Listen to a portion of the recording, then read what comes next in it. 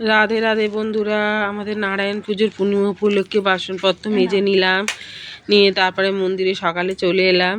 এসে গোপাল সোনাকে স্নান করিয়ে দিচ্ছি, যেহেতু আজকে নারায়ণ পুজো পূর্ণিমা আছে। পূর্ণিমাতে আমাদের লক্ষ্মীনারায়ণের পুজো হয়। তারপর সব ঠাকুরগুলোকে সুন্দর করে স্নান করিয়ে এক এক করে বসিয়ে দিয়ে ফুলমালা চাপিয়ে দেয়া হলো প্রত্যেকটা ঠাকুরের গলায়। 6-7 দিন না 8 দিন পরে খুললো দিয়ে তারপরে ঠিক টাইমে খুলে গেছে। যেহেতু নারায়ণ পুজো সেই জন্য মোকাম সাজিয়ে নিতে হলো।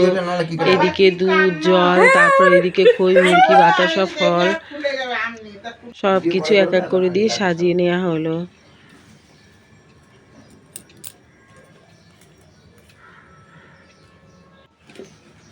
তারপর এই যে ধুনো ধরিয়ে নেওয়া হচ্ছে, যেহেতু পুজো শুরু হবে। ঠাকুরমশাই এসে গেছেন, এই যে সিন্নিও মাখা হয়ে গেছে।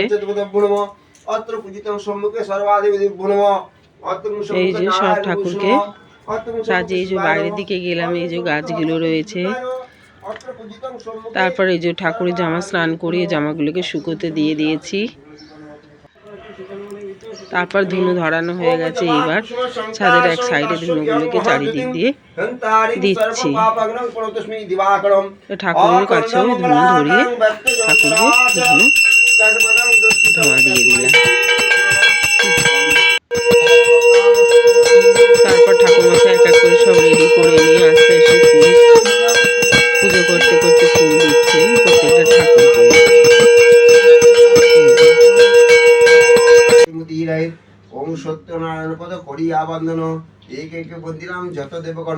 ধূপ ধরানো হয়ে গেছে। তারপর এই আরতি শুরু হয়ে গেল। প্রথমে প্রদীপের আরতি করে নিচ্ছে।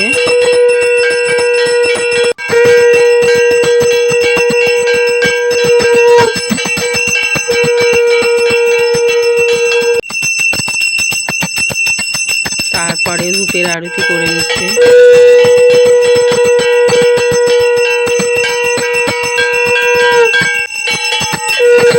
তারপর রুমালের আরতি করে নিচ্ছেন।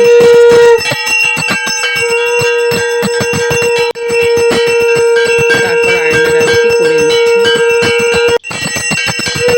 তারপর পাখার আরতি করে নিচ্ছে। এক এক করে সব মোটামুটি আরতিগুলো করে নিচ্ছে। তারপরে চামড়ের আরতি করে নিচ্ছে।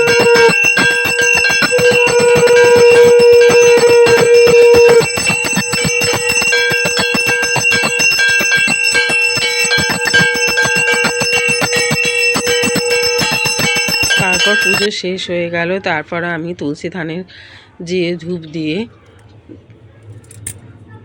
তারপরে জল ঢেলে নিলাম তুলসী থানে।